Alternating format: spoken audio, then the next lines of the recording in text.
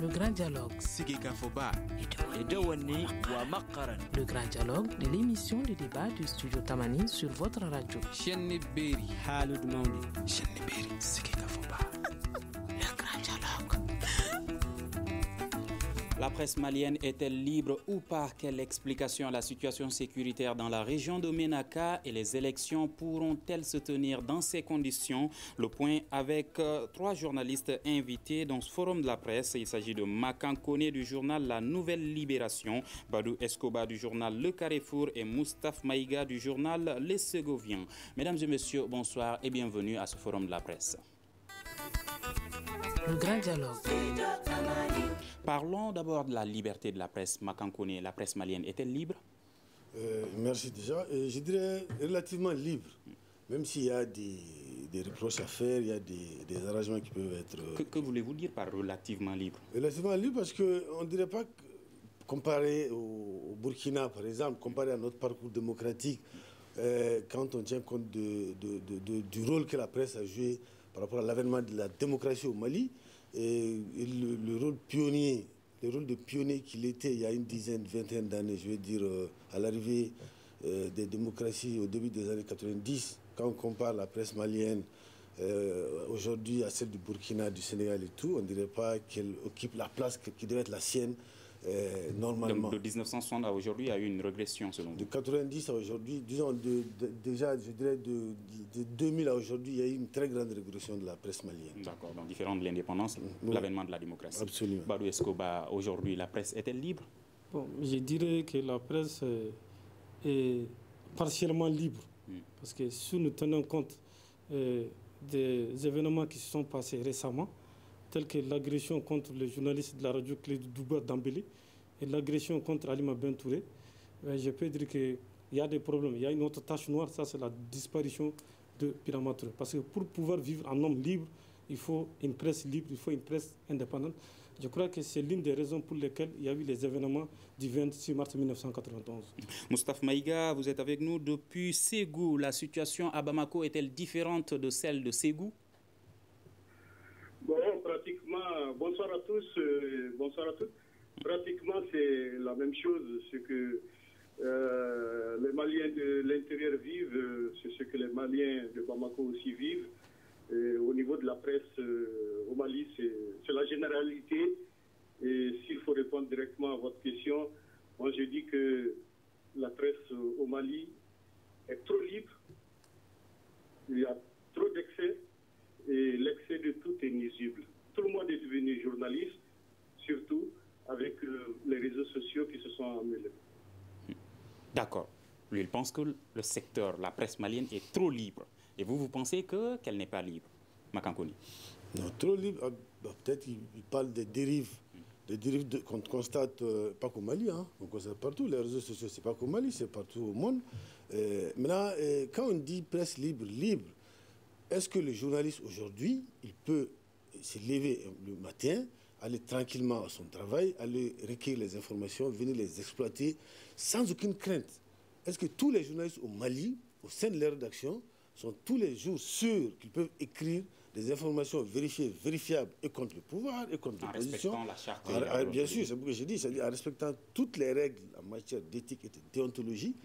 C'est la question qu'il faut se poser, moi je crois. Est-ce qu'aujourd'hui tous les journalistes maliens se lèvent le matin, vont dans leur rédaction, vont d'abord chercher les écrivent carrément, exploitent leurs éléments, sans aucune crainte, sans se dire, est-ce que si j'écris sur le pouvoir, sur l'opposition, sur l'armée, sur la crise au nord, est-ce qu'il n'y aura pas d'inquiétude à me faire, comme c'est le cas dans certains pays qui aujourd'hui sont vraiment des pays démocratiques. J'ai pris l'exemple du Burkina qui est premier en Afrique francophone. Le Burkina, c'est un pays que je respecte bien le confrère burkinabé, mais aujourd'hui, en principe, si la presse malienne était véritablement libre, si les autorités aidaient la presse malienne à être libre, si les journalistes eux-mêmes revendiquaient, se battaient pour cette liberté, le Burkina ne doit pas nous damer le pion en termes de classement, en termes de liberté de la presse aujourd'hui. D'accord. Moustapha Maïga, quand vous dites que la presse malienne est trop libre, êtes-vous en train de parler de l'exercice des fonctions ou est-ce que vous êtes en train de parler du secteur qui n'est pas régulé? Oui, je comprends ce que mon confrère Makan dit, c'est dans l'exercice de la fonction. C'est vrai que dans la pratique, on note parfois des pressions, on note quelques intimidations, des harcèlements, des menaces, comme Makan est en train de le dire. Mais quand je parle de liberté de la presse, c'est ce qui est permis d'abord sur le plan des textes, la Constitution du Mali et d'autres lois qui garantissent vraiment, et d'autres lois garantissent vraiment la liberté d'expression.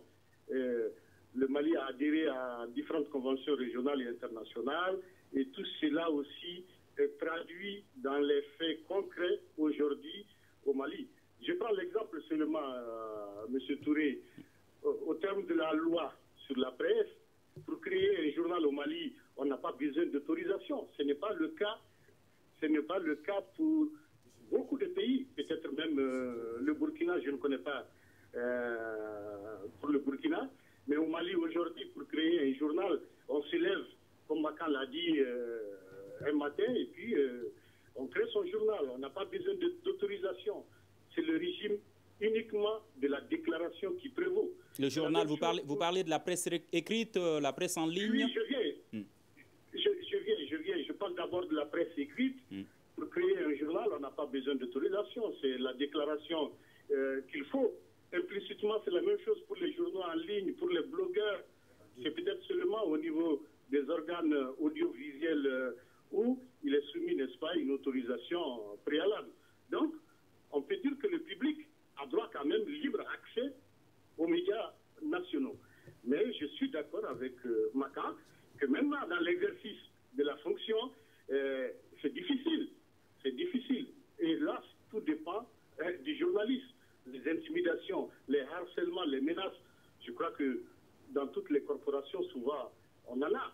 Au niveau de la justice, il y a de la pression.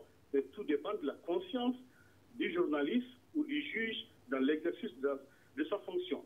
Mais à la décharge de Makan, pour un peu charger l'administration, c'est le fait qu'il y a des lois qui régissent une bonne relation entre l'administration et les usagers des services publics. Cela s'énonce par exemple par rapport à l'accès. Monsieur Maïga, vous avez parlé de la presse en ligne et de la presse écrite. Les radios et les télévisions, est-ce qu'elles se créent également comme ça? Non, j'avais dit déjà tantôt que c'est au niveau des organes audiovisuels que la déclaration est soumise préalablement. Elle n'est pas comme le cas des journaux et des journaux en ligne ou de la presse écrite. Donc, au niveau des radios, au niveau des télévisions, ce n'est pas la même chose. Mais au niveau de la presse écrite, au niveau de la presse en ligne, vraiment, il n'y a pas de problème au terme de la loi pour créer son média. Donc, je voulais continuer un peu en disant que là où il y a peut-être aussi un problème, c'est l'accès. Malgré toutes ces facilités que les lois donnent aux journalistes, il y a un autre problème, c'est l'accès aux documents administratifs. C'est une obligation quand le journaliste va dans une administration pour chercher l'information, c'est une obligation à cette administration de la donner, sauf si c'est sous le couvert du secret confidentiel. D'accord, nous allons y revenir, monsieur Maïga. Alors, Badou Escoba, aujourd'hui, quel est votre avis sur cette question? Pourquoi existe-t-il des textes si, toutefois, les gens peuvent créer des journaux et des journaux, la presse écrite et la presse en ligne notamment, comme ils veulent? Non, moi, je me dis que souvent, il faut adapter les textes aux réalités du moment. Comme mes prédécesseurs l'ont si bien dit, les journaux sont créés n'importe comment. Et n'importe qui, c'est du journaliste. Mais je pense qu'avec la nouvelle décision du ministère de l'économie numérique, peut-être les choses vont évoluer parce que désormais, il y aura une autre carte de presse. Mais au-delà de ça, ce que je voudrais ajouter, c'est que le Mali aujourd'hui est 115e par rapport à la liberté de la presse. Moi, je conteste ce rang. Je me dis qu'ils ont exagéré. Ça, c'est en 2017. On dit qu'en 2016, le Mali occupait la 116e place. Oui. Le Mali a gagné une place. Moi, je pense que le Mali, la presse malienne est libre par rapport à certains pays. Parce que récemment, j'ai suivi les actualités en Tanzanie. Le président tanzanien John Magufuli a fermé une vingtaine de stations radio, 5 stations de télé, 20 journaux ont été suspendus. Et il a dit aux journalistes, si vous n'êtes pas content, vous pouvez aller vous plaindre auprès de vos parents. Parce que ces journaux, ces moyens audiovisuels ont tout simplement critiqué le président de la République. La Tanzanie est-elle en avance par rapport au Mali? Je pense bien. Et récemment, en République tchèque, un journaliste a également été tué. C'est vrai, au Mali, il y a eu la disparition de Brahma Tiré, qui est une tache noire. Il y a 3 journalistes d'Acti Hebdo qui ont été enlevés. Il y a Alima Bentouré qui a été agressé. Il y a Douba Dambélé qui a été également agressé. Mais moi, je pense que malgré tout... Par qui? Bon, pour le cas de Douba Dambélé, on cite la garde rapprochée du président de la République. Mais moi, je pense qu'en dépit de tout ça, vraiment, il y a eu des avancées significatives. Donc, notamment, par exemple, la nouvelle carte de presse. Ça, c'est une avancée significative. Ça veut dire que ce n'est qu'une carte. Oui, ce n'est qu'une carte, mais il y a des critères pour avoir la nouvelle carte de presse. Donc, des critères ont été établis. Donc, si vous ne respectez pas ces critères, vous n'avez pas droit à la nouvelle carte de presse. Et un autre aspect qui va peut-être innover la presse malienne, ça, c'est l'école supérieure de journalisme qui a été récemment créée. Donc, ça, c'est des innovations qui peuvent, à l'avenir, faire en sorte que la presse malienne soit une presse plus libre, une presse plus indépendante, une presse qui sera enviée par les autres pays. En matière de démocratie, il faut reconnaître que dans la sous-région, le Mali est champion. Le Mali a été pratiquement l'élément déclencheur du processus démocratique en Afrique de l'Ouest. Donc, que le Mali ait un tel rang, moi, je pense que la sanction a été trop sévère. Le Mali méritait mieux que la 115e place. D'accord. Makan connaît les textes. Que disent les textes et les lois? J'ai oublié de dire bonjour, si vous permettez, bonjour à mon excellent confrère depuis Ségou, Moustapha Mega, qui est un bon frère à moi. En fait, le problème, c'est les textes en réalité qui ne sont pas appliqués ou qui n'existent même pas en matière dans le cadre de notre profession aujourd'hui. C'est vrai qu'il est dit que pour être journaliste au Mali, il faut soit être diplômé d'une école de journalisme ou soit être diplômé d'une école supérieure avec une expérience d'une année dans un organe. C'est très clair. Mais aujourd'hui, je vous avoue qu'il y a des journalistes qui ont des organes de presse qui n'ont pas le baccalauréat au Mali. Ça existe. Les autorités le savent. Maintenant, les textes sont là, qui doit les appliquer? Maintenant, pourquoi ne réagissent-elles pas? Les autorités? Les autorités non, je crois que excusez-moi, mais les désordres-là les arrangent un peu. C'est ça la vérité. Ça les permet de contrôler des gens et de faire leur affaire avec certains et tout, quoi. C'est ça la vérité. De rendre la presse plus dépendante. Plus dépendante, c'est ça en vérité. C'est-à-dire même les conditions dans lesquelles nous exerçons, c'est ça ici. Moi j'ai été président de la Maison de la Presse 7 ans. Je sais dans quelles conditions les journalistes exercent. Justement, qu'est-ce que la Maison de la Presse a fait pour réguler ce secteur? La Maison de la Presse n'a aucune autorité pour réguler le secteur. Ce n'est pas le rôle de la Maison de la Presse. La Maison de la Presse est à l'origine un centre de formation et de perfectionnement, c'est tout. Donc pour professionnaliser la presse? C'est tout, c'est-à-dire qu'avec des partenaires, nous initions des séances de formation et tout. C'est nous-mêmes qui avons joué le rôle du syndicat et tout. Ce n'est pas le rôle de la Maison de la Presse. Donc le rôle de la Maison de la Presse, c'est de rendre professionnelle la presse? La définition même, c'est-à-dire le terme sur lequel la Maison de la Presse a été créée, c'est centre de formation et de perfectionnement des journalistes. Donc rendre professionnels les journalistes. Est-ce que les journalistes maliens sont professionnels aujourd'hui? Oui, ça dépend des moyens dont la Maison de la Presse dispose pour les professionnaliser. On a besoin d'être encore plus professionnel. C'est vrai qu'on fait des efforts. Personne ne peut vous dire aujourd'hui qu'il n'y a pas d'excellents journalistes au Mali, il n'y a pas d'excellentes radios, il n'y a pas... la preuve, c'est vous-même, c'est le studio Tamani et tout, c'est des Maliens qui sont là, qui travaillent. Tout le monde est fier aujourd'hui de certains journalistes maliens, de certaines radios maliennes, de certaines nouvelles télévisions, des journalistes maliens. Il y en a des... D'accord, mais est-ce que ce n'est pas ce manque de professionnalisme dénoncé par certains qui est également un frein contre la liberté de la presse? Non, pas exactement. Ce que je veux dire, l'exercice de la profession, elle se fait dans le cadre de textes bien déterminés. Maintenant, les gens qui doivent veiller sur l'application de ces textes, c'est l'État. C'est l'État qui doit mettre des garde-fous, normalement. C'est l'État qui doit empêcher à ce qu'il y ait certaines dérives. Mais on a assisté à des dérives ici, mais l'État n'a rien fait. Mais parfois, pour moins que rien, on attaque des journalistes, encore maintenant ça va. Non, pour répondre un peu, pour essayer d'expliquer un peu le rang que mon frère ne comprend pas bien. En fait, ce qui se passe, c'est que Reporters sans frontières envoie des questionnaires aux structures, aux associations fêtières et tout. Les questions sont précises par rapport à la défense de la liberté, à l'exercice. c'est en fonction de ces réponses que le pays est classé. Donc aujourd'hui, tout le monde est sûr qu'il y a une grosse tâche sur la tête, comme sur la tête de l'État malien, c'est le dossier Birama Touré. Là, c'est en fonction de ce qui s'est passé l'année dernière. Jusqu'aujourd'hui, ce dossier, il n'est pas, on n'en sait rien. Est-ce qu'il a disparu, est-ce qu'il est mort, est-ce qu'il est quoi? Donc les gens aujourd'hui, et puis toi, lui, il a cité, permets-moi de te tutoyer, il a cité plus de 4 journalistes qui ont été agressés en l'espace de 3 mois, 2 à 3 mois. Et c'était la période même où le classement s'effectuait. Donc c'est un peu ça en fait. Je crois que c'est pas... Et puis mieux que ça, compte tenu de tout l'espoir que les gens ont fondé sur la démocratie malienne, sur les libertés, l'exercice des libertés au Mali, la moindre petite dérive est sanctionnée. Les gens ne peuvent pas comprendre qu'il y ait un tel recul au Mali. Donc je crois que tout ça explique un peu notre... D'accord. Moustapha Maïga, alors aujourd'hui, est-ce que le professionnalisme n'est pas également, le manque de professionnalisme dénoncé par certains n'est pas également un frein à la liberté de la presse au Mali?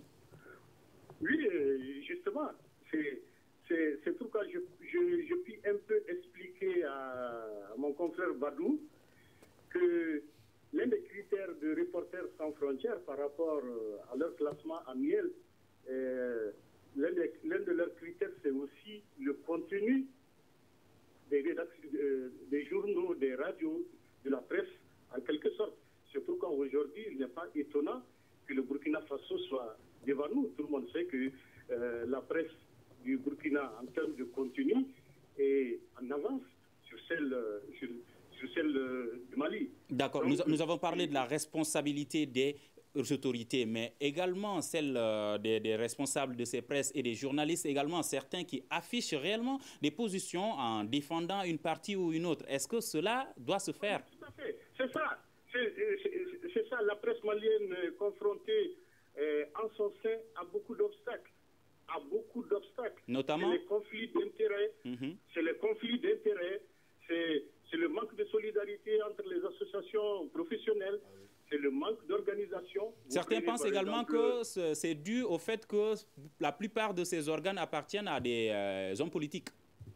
Mais tout le monde le sait, 90% des organes de presse en matière de radio, en matière de journaux, appartiennent à des mécènes, à des hommes politiques. En tous les cas, les journaux ne sont pas, ou les radios ne sont pas indépendantes vis-à-vis de ces pouvoirs en question. D'accord. Badou Escobar, est-ce que vous pensez que la précarité que dénoncent certains également est une des causes? Non, la précarité est une des causes. Je crois que l'ancien président de la Maison de la Presse est là. À un moment donné, on avait signé ce qu'on appelle la convention collective. Et avec cette convention collective, on devait en principe payer les reporters. Mais cette convention collective n'a pas été appliquée. Elle peine à s'appliquer. Elle peine à s'appliquer. Aujourd'hui, quel est le problème fondamental? Il y a des organes de presse. Maintenant, les organes qui ne sont pas avec le pouvoir, ces organes, n'est-ce pas, ne bénéficient pas des contrats médias, etc., etc. Nous sommes confrontés à ces problèmes. Donc les journaux qui disent, entre guillemets, la vérité, c'est des journaux qui sont embâtillés, c'est des journaux qui sont lésés. Donc, il y a ce problème qui se pose. Parce que pour avoir une presse responsable... Justement, M. Koba, les journaux maliens vivent de quoi aujourd'hui? Mais les journaux maliens vivent de contrats médias. Bon, au-delà de ça... Des contrats avec des sociétés, des hommes politiques et autres. Etc. Est-ce que ça ne joue pas sur l'indépendance, le professionnalisme de ces médias? Justement, ça joue sur le professionnalisme des médias. À un moment donné, on avait proposé à ce que les organes aillent vers des entreprises de presse pour avoir plus de force. Et en ce moment, ils pourront dire un certain nombre de vérités. Mais quand vous vivez dans une certaine précarité, vous êtes à la merci des contrats médias, vous allez pouvoir difficilement dire la vérité. C'est ça le problème fondamental qui se pose aujourd'hui. Pour qu'il y ait une presse libre, une presse responsable, il faut que la presse, il faut que les journalistes soient à l'abri du besoin. D'accord. Makankone, certains pensent qu'une presse qui n'arrive pas à subvenir à ses besoins doit juste fermer ses portes. Oui, normalement, on ne doit pas déjà...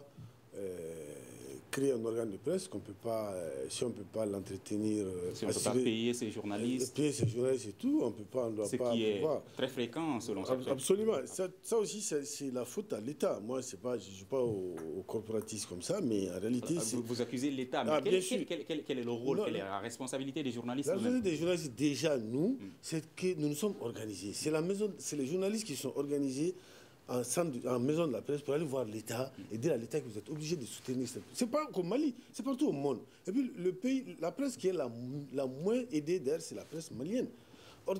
on aide la... Donc l'aide à la presse. L'aide à la presse, c'est pas... Les gens pensent que c'est un cadeau que l'État fait. C'est faux. C'est d'abord c'est l'argent du contribuable. C'est ton argent, c'est l'argent du CDN, c'est mon argent. C'est l'impôt des Maliens qui est redistribué aux journalistes parce qu'ils ont un rôle de service public. Justement, c'est l'argent du contribuable. Est-ce que les médias maliens rendent le service public?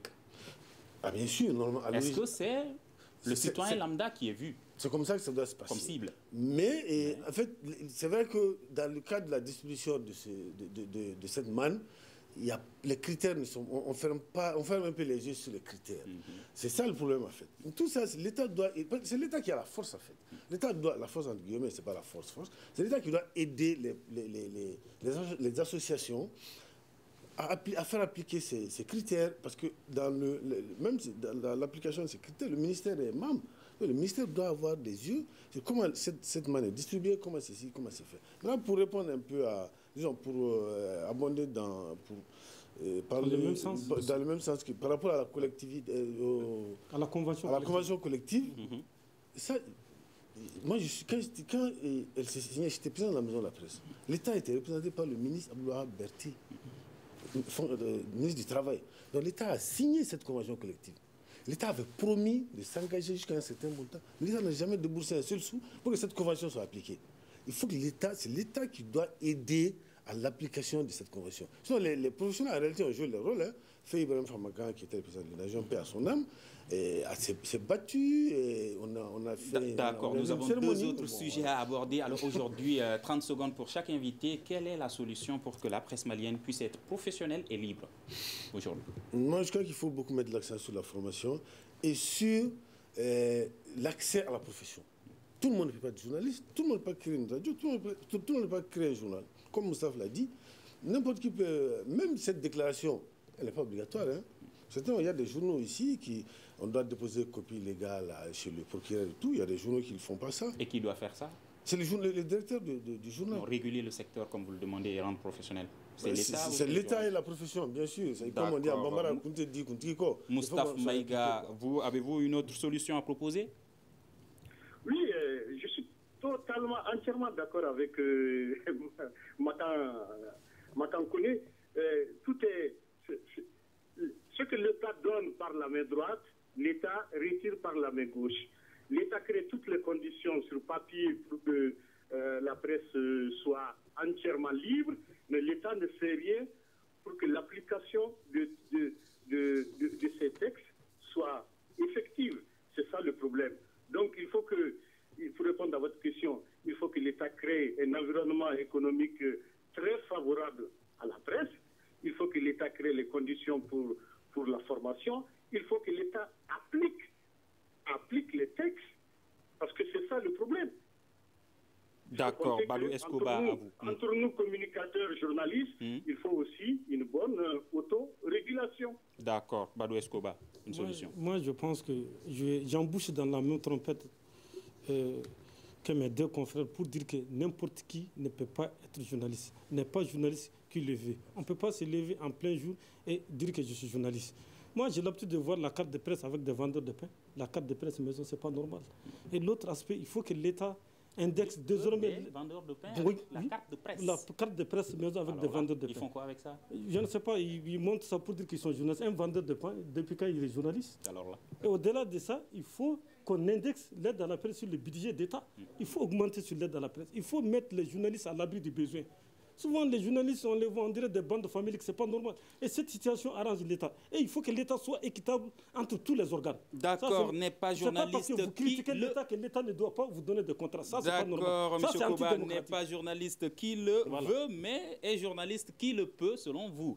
Et c'est le deuxième sujet que nous allons aborder tout de suite. Les exécutions de civils se poursuivent dans la région de Ménaka. Plus de 40 morts ces derniers jours. Moustapha Maïga, on a l'impression que ces meurtres passent inaperçus aujourd'hui. Oui, je crois que pour ne pas être trop cynique, ça passe presque inaperçu, et surtout que ça ne s'est pas fait en un jour, c'est en 3 jours, le 26 avril, le 27 avril, et le 1er mai, c'est 12 femmes et enfants, c'est 30 un civil, c'est 17 autres, donc une soixantaine. Et c'est très dangereux. Donc il y a vraiment un manque de réaction qui n'est pas visible au niveau de l'État par rapport à cette théorie qui est quand même une première dans cette partie du pays. Badou Escobar, considérez-vous cette situation comme un manque de réaction, comme le pense M. Maïga? Non, moi je pense que c'est la guerre communautaire qui est en train de se propager dans le corps physique du Mali. Ce qui s'est passé dans la région de Ménaka, on parle d'affrontement entre Peul et Daosak. C'est quelque chose qui est très dangereux. Et ce que moi je ne parviens pas à comprendre, que Barkhane s'associe à deux milices d'autodéfense pour combattre le terrorisme. Moi je pense que c'est quelque chose qui n'est pas normal. Barkhane doit plutôt s'associer aux armées du Mali, à l'administration, aux armées du Niger, etc., ou bien à la force du G5 Sahel pour combattre ces terroristes. Et c'est ce qui a créé l'amalgame. Ne peut-elle pas collaborer avec ces groupes? Si Barkhane doit collaborer avec ces groupes, Barkhane doit être équitable. Parce que la plupart des massacres ont été perpétrés par ce qu'on appelle le groupe État islamique au Sahel et au Sahara, qui est en majorité composé de Peuls. Donc pour les Peuls, Barkhane, MCA, Gacha, n'est-ce pas, est en train de les combattre. Donc en représailles, ils se sont attaqués au campement d'Ossak. Et on parle de 55 morts. Le gouverneur de la région de Ménaka, Daouda Megamim, l'a dit que c'est des civils qui ont été tués et que ça risque, il ne faut pas qu'on fasse l'amalgame pour ne pas remettre en cause, n'est-ce pas, l'accord d'Alger qui a été signé. Et le chef de la force Barkhane, Bruno Guibert, le général Bruno Guibert a dit la même chose. Donc faisons attention, nous sommes là pour combattre le terrorisme. Mais leur façon de combattre le terrorisme, franchement, ne me convient pas. Responsable situation. Alors, Moustapha Maïga pense que l'État ne joue pas réellement son rôle et Badou Escobar interpelle Barkhane. Makan Konaté, quel est votre avis? Makankoni, pardon. Makankoni. Non, moi je crois qu'il faut qu'on arrête de jouer avec le feu. Ce qui se passe dans notre pays, pas qu'au centre, au-delà de Ménaka, en réalité, aujourd'hui, on assiste à des choses auxquelles on ne peut même pas penser au Mali. C'est-à-dire des communautés qui s'affrontent, tout le monde a une arme chez lui. Et puis, dans des zones aussi reculées que Ménaka et tout, chacun s'arrange à être armé. Les gens se lèvent, ils s'entretuent, l'État est là tranquille.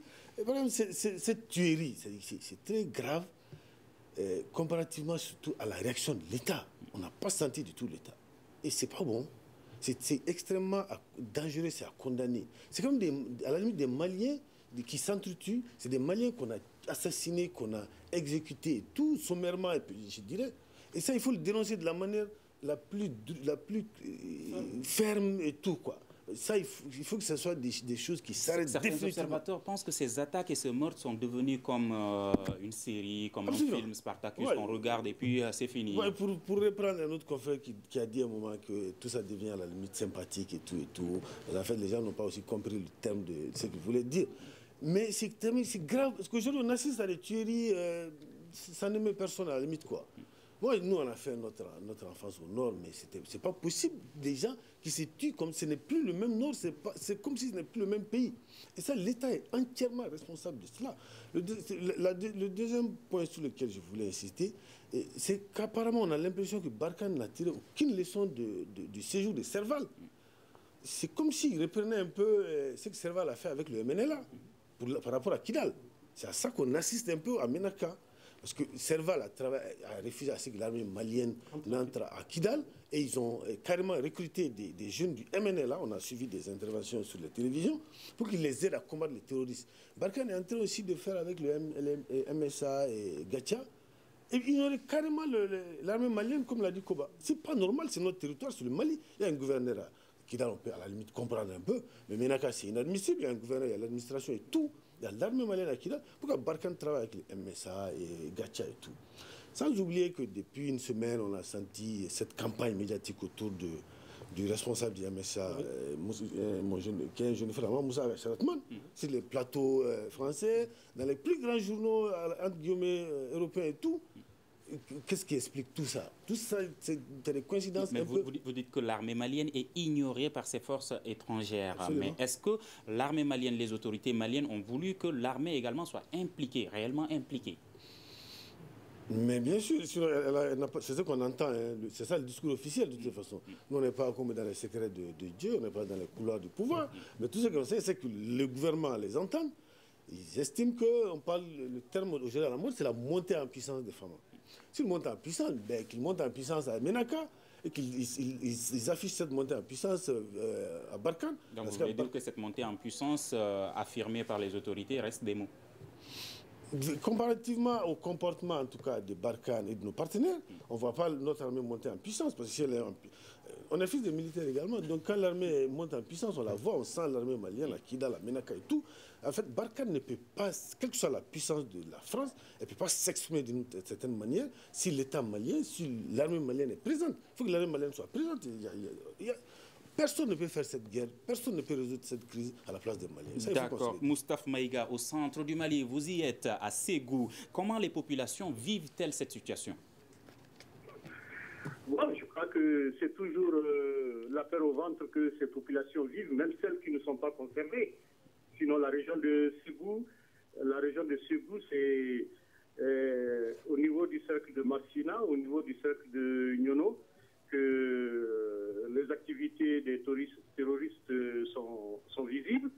Et il y a de la crainte, parce que quand vous parlez de Massina, vous parlez de Nyono, c'est quand même la zone office du Niger, c'est quand même plus de 5 000 à 10 000 hectares qui sont dans les zones où les terroristes sévissent. C'est aussi l'insécurité alimentaire qui peut être en vue. Donc, c'est la peur au ventre et c'est problématique. D'accord. Vous avez parlé de quelque chose, M. Maïga, une attaque au nord, une attaque au centre, une attaque au sud. Est-ce que ça intéresse tous les Maliens? Est-ce que tous les Maliens, ça les inquiète? Mais c'est ça le problème. C'est ça le problème depuis 2012, avec la crise du Nord. Je n'attaque personne, mais certains Maliens pensent que ça n'arrive qu'aux autres. Donc, ça se passe au nord, ce n'est pas notre problème. Et comme je l'ai dit, ça n'arrive qu'aux autres. Certains Maliens le pensaient ainsi. Mais aujourd'hui, la crise, elle est générale. Ça peut arriver partout. C'est arrivé à Bamako avec des terroristes d'ailleurs. C'est arrivé au centre du pays, au nord. Donc, il faudrait que les Maliens prennent conscience que nous sommes face à un terrorisme, et le terrorisme, ça se combat à travers une unité. Malheureusement, ce n'est pas le cas avec le régime que nous vivons. Badou Escobar, le citoyen lambda malien, se sent-il citoyen de sa zone, de son village, sa région ou citoyen du pays entier, du Mali? Non, il y a un problème réel qui se pose aujourd'hui au centre et au nord. Les gens sont en train de se déplacer, comme il l'a si bien dit. Ça joue sur le facteur économique. Parce qu'il faut cultiver, il faut entretenir les troupeaux. À l'époque, entre les Peuls et les Dogons, c'était la parfaite harmonie. Ils vivaient en parfaite symbiose. Il y avait un système de troc, n'est-ce pas? Oui, donc, ça, c'est les conséquences. Mais aujourd'hui, quand on demande l'implication des populations dans la lutte contre l'insécurité, est-ce qu'une situation qui se passe au nord du pays intéresse quelqu'un qui se trouve à Sikasso, par exemple? Non, forcément, ça l'intéresse parce que Sikasso, c'est le Mali. Et la chose est en train de s'aggraver. Qui pouvait imaginer qu'à Ménaka, qu'il y ait des tueries d'une telle ampleur? Parce que la chose a été négligée dès le départ par l'État. Parce que l'État a sous-traité sa sécurité, il faut le reconnaître. L'État a voulu s'appuyer sur les milices. Ce qui s'est passé à Koro. Des gens ont dit que des gendarmes ont donné leurs armes à des milices d'autodéfense Dogo pour pouvoir se défendre. Donc ça, il faut arrêter avec ce genre de pratique. L'État ne s'est pas impliqué. Qui s'est impliqué? Est-ce que la société civile s'est impliquée? Est-ce que les autres acteurs se sont impliqués? La société civile s'implique. La société civile est en train de s'impliquer. Il y a l'association Djina Dogo, il y a Tabita Poulakou. Et récemment, ils se sont déplacés, ils sont partis au centre, ils ont mené des campagnes. Pourtant, certains pensent que les responsables de ces différentes organisations ont un rôle à jouer dans ce processus. Mais ils sont en train de jouer leur rôle. Et récemment, ils sont responsables également de cette situation. Bon, c'est ce que les gens disent. Je n'ai pas de preuves. Mais récemment, le ministre de l'Éducation, il est parti dans la zone. Mais il s'est interposé entre deux groupes qui ont failli s'entretuer. Mais quand il les a sensibilisés, ils ont compris qu'ils sont sortis des mêmes entrailles. Ils ont compris qu'ils sont tous Mali. Il faut des sensibilisations de ces gens. Il ne faut pas dormir à Bamako dans les hôtels de luxe et faire des déclarations tapageuses. Alors, il faut aller sur le terrain. À quand la fin de cette situation?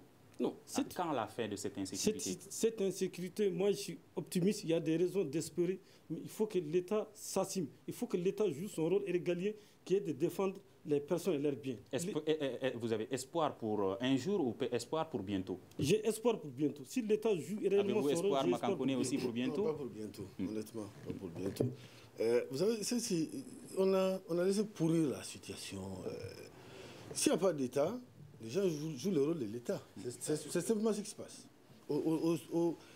Même à la limite au nord, hein, dès que l'État recule, comme on dit, la nature a de vivre. Il y a un chef qui est là, si le chef se déplace, il y a un sous-chef qui vient prendre sa place. Vous avez vu, à Mopti par exemple, on a enlevé un juge qui avait des problèmes avec un citoyen et tout. Un maire, qui devait de l'argent à quelqu'un, on l'a amené, on l'a jugé. Le maire, on l'a jugé, il a payé de l'argent, on l'a libéré. En fait, vous savez, on dit que l'injustice est le lit de l'anarchie. Ce pays, je crois fondamentalement, le problème c'est ça aujourd'hui. Partout où il y a une crise dans ce pays, vous allez sentir, en tout cas vous découvrirez de l'injustice quelque part. Il faut que l'État s'assume. Il faut que l'État joue véritablement son rôle. Il faut que l'État soit présent sur toute l'étendue du territoire national. Et il faut qu'on arrête l'injustice. Il faut qu'on arrête de brimer les gens. Ce n'est pas que c'est l'État qui brime, mais c'est les agents de l'État qui briment. Il y a des agents de l'État dans certains coins reculés qui sont Dieu sur terre, qui font ce qu'ils veulent. Et les populations en ont eu marre à un moment donné. Les gens se sont soulevés. D'accord. Badou Escoba pense que la situation sécuritaire sera tranquille bientôt et Makankone pense que ce n'est pas pour bientôt. Vous, Moustapha Maïga, quel est votre avis là-dessus? Bon, je ne suis pas un dévet, mais je peux juste proposer des pistes. Je me dis, le terrorisme, c'est un fléau moderne. C'est un fléau comme on l'a vu avec Ebola, comme avec le sida. Mais aujourd'hui, le régime seul... N'est-ce pas plus compliqué qu'Ebola, puisqu'on connaît le vaccin, on connaît beaucoup de solutions par rapport à Ebola, mais aujourd'hui, est-ce qu'on connaît la solution face à la lutte contre le terrorisme? Oui, si on n'a pas la solution immédiate, il s'agit pour les Maliens de se rassembler. Et pour se rassembler, il faut que les autorités le comprennent. Il faut un rassemblement. On a vu le cas avec les attentats de Charlie en France. D'accord, ce qui va nous permettre, M. Maïga, d'aborder avec vous directement le troisième sujet de ce grand dialogue, qui est les élections. Dans ces conditions, est-ce que les élections pourront se tenir? Vous me posez la question à moi le premier? À vous, oui.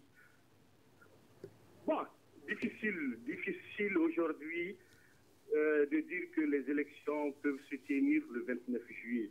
Difficile. D'abord, au moment où on parle, il n'y a pas de carte d'électeur. Au moment où on parle, on ne sait pas si on va voter avec les cartes NINA ou avec les cartes d'électeurs qui seront confectionnées. Au moment où on parle sur les 703 communes, on peut dire que l'histoire nous a démontré, parce que avec les élections communales, on ne peut pas dire qu'on peut organiser des élections dans au moins un tiers de ces 703 communes. Donc, pratiquement... à vous entendre parler, M. Maïga, rien n'est fait. Au moment où je parle, au moment où nous parlons, c'est une évidence. Il n'y a pas de support pour voter. Le premier support, c'est les cartes d'électeurs. Les autorités rassurent que les cartes d'électeurs, nous les aurons bientôt. Je ne sais pas. Je ne sais pas comment ça se fait. Mais je sais quand même que nous sommes à 2 ou 3 mois des élections. On n'a pas de carte d'électeur. Ensuite, on ne sait même pas si on doit voter avec la carte NINA ou si on doit voter avec la carte d'électeur. D'accord. Donc vous n'êtes déjà pas sûr que les élections se tiendront le 29 juillet. Badou Escoba, êtes-vous sûr que les élections se tiendront? Ce sont des préalables sur lesquels... D'accord. Vous aurez la parole tout de suite, M. Maïga. Badou Escoba, moi, je me demande par quelle baguette magique l'État va pouvoir organiser les élections le 29 juillet. C'est vrai, la force du G5 Sahel, à travers l'opération Foronto, est en train de monter en puissance. On dit que l'armée nationale monte en puissance, l'aménagement, il y a les forces internationales, etc., etc. Mais ça m'étonnerait qu'un sous-préfet puisse aller s'installer dans ces conditions et dire qu'il va superviser les élections. Donc à cause de la situation sécuritaire. À cause de la situation sécuritaire. Le sous-préfet de Hombori a été enlevé il n'y a pas longtemps. Heureusement, il a pu sauver sa peau. Le sous-préfet de Ounerden, Alassane Agal Toubéchi, a été égorgé chez lui. Dans ce contexte, est-ce qu'on peut parler d'élection? Parce que pour pouvoir organiser une élection, on parle de carte d'électeur, mais il faut la sécurité. Il faut que les citoyens se mettent en tête que, bon, je vais aller voter en toute sécurité. Donc, ce sera plus compliqué de tenir les élections qu'en 2013. Ce serait plus compliqué dans ce contexte. Est-ce votre avis, Makankoni? Moi, je crois qu'il faut que ces élections se tiennent. Mais est-ce qu'elles se tiendront? Est-ce que vous avez l'impression qu'elles vont pouvoir se tenir? Moi, j'ai bon espoir et je souhaite qu'elles se tiennent. Si elles ne se tenaient pas, on est carrément dans l'inconnu, quoi. D'accord. Si elles se tiennent, est-ce qu'on peut s'attendre à des élections transparentes, crédibles, indépendantes, acceptées par tous? C'est là où je voulais en venir. Allez-y. Moi, c'est pas la tenue ou non, c'est pas la tenue des élections qui m'inquiète, mais moi, c'est l'après-élection qui m'inquiète en réalité. Vu tout ce qui se passe, vu le retard qu'on a pris dans l'élection, dans l'organisation et tout, et vu toutes les inquiétudes, tout ce à quoi on nous prépare, moi, si d'abord, je crois que pour les cartes de lecteurs, l'imprimerie qui est chargée de la confection, l'imprimerie nationale de France, a assuré que c'est vers le 10 juin et tout. Ils ont vraiment donné l'air à quoi. Bon, on dit que c'est même s'ils ont repoussé la date. Voilà. Bon, mais on se dit que c'est quand même une entreprise sérieuse. Bon, entre guillemets, c'est la France. Je crois qu'ils vont pas nous faire un faux bon. Ils vont nous livrer les cartes d'électeurs. Maintenant, est-ce que les cartes d'électeurs pourront être suffisamment distribuées? Quels moyens on a pour dire à tout le monde allez et retirez vos cartes d'électeurs et tout? Les réfugiés, les personnes déplacées. Non, mais ils ne vont pas voter vraiment. Ils ne vont pas voter? Non, les réfugiés ne vont pas voter. Vous pensez qu'ils ne vont pas voter aussi, M. Koba? C'est difficilement, franchement. Difficilement. D'accord. C'est qu'on va faire des élections à minima, une élection présidentielle à minima, mais il faut les faire. Avec à peu près taux de participation de combien? Bof, d'habitude déjà, le taux de participation ici, c'est les 15-20%. On est dans les 10. Même en temps de crise. Même en temps normal ici. En 2013, il y a eu. Bon, ça c'est les chiffres officiels qu'on a donnés. D'accord. Mais je me dis en tout cas qu'il faut que ces élections se tiennent, il faut qu'elles se tiennent bien, il faut que nos partenaires nous aident à les tenir et à faire en sorte que ces élections soient des plus transparentes, c'est clair. Et qu'on nous aide en tout cas à voter dans le plus grand nombre dans les plus grandes localités possibles. Comment peut-on y parvenir? Non, mais je crois qu'il faut se rendre à l'évidence que seul on ne peut pas. Nous n'avons ni les moyens humains, ni les moyens financiers à le faire. Seul le Mali le Mali ne peut pas le faire. Même en termes de sécurité, nous ne pourrons pas. Il faut donc qu'on aille vers... D'abord que tout le monde se mette d'accord. Moussa va parler d'un truc que nous fuyons depuis 2012. C'est les concertations nationales. Peut-être qu'on... Vous avez eu la conférence d'entente nationale? Non, oui, mais c'est pas la formule que les gens cherchent encore. Les gens veulent véritablement que nous venions dans une même salle 2-3 jours, que tout le monde se lâche. C'est pas grave. C'est pour qu'on sorte... Est-ce que tout le monde pourra se lâcher pendant 2 ou 3 jours? Que ça prenne le temps que ça doit prendre. Mais je crois qu'on ne peut pas fuir ces débats-là. Ça, il faut qu'on se le dise. 10 ans après, 5 ans, on est obligé. Ouais, même cette crise au Nord, c'est que tout le monde... ça devient... Les gens ont besoin de parler, les gens ont besoin de s'exprimer. Il y a eu assez d'injustice, assez de brimades. Les gens ont besoin de Moustapha Maïga, est-ce que vous pensez également que seul le Mali ne pourra pas tenir ces élections et bien sûr les élections transparentes et acceptées par tous? Bon, les élections, si on suit la ligne directive quand même du gouvernement à travers le Premier ministre, c'est qu'elles vont se tenir. Le 29 juillet. Elles vont se tenir, quelles que soient les conditions, le 29 juillet. Maintenant, et quels que soient les résultats. Oui, quelles que soient les conditions, à travers la fougue du Premier ministre, on sait qu'elles vont se tenir. Maintenant, seront-elles crédibles, transparentes, comme avec tous ces préalables qui ne sont pas réunis, et comme avec les contestations possibles qui vont se faire, c'est là quand même toute la question. Badou Escoba, si les élections se tenaient le 29 juillet, peut-on s'attendre à un taux de participation élevé cette fois-ci? Non, je pense que le taux de participation ne sera pas élevé comme en 2013. Mais il y a un élément fondamental que j'aimerais ajouter. En 30 secondes. Apparemment, l'État veut confier la sécurité de l'organisation du scrutin dans le Nord aux groupes armés. Il ne faut pas que l'État s'hasarde à le faire. Si l'État le fait, êtes-vous sûr que l'État veut le faire? L'État a l'intention de le faire. Et si l'État le fait, les partis politiques de l'opposition... Non, mais il y a les forces internationales, il y a la Barkhane qui peuvent aider à superviser les élections. Sinon, si on laisse la sécurité du scrutin aux groupes armés, les partis politiques de l'opposition ne vont pas accepter le scrutin. Et je rejoins mes deux confrères pour dire qu'il faut impérativement organiser ces élections. Parce qu'un vide constitutionnel, ce n'est pas une bonne chose. 2012 n'est pas loin.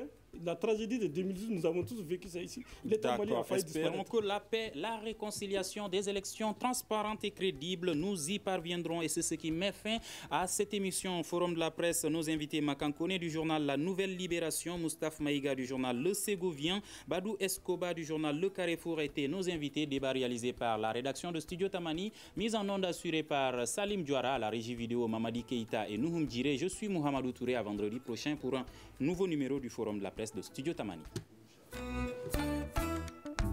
Le grand dialogue. Le grand dialogue de l'émission de débat du Studio Tamani sur votre radio.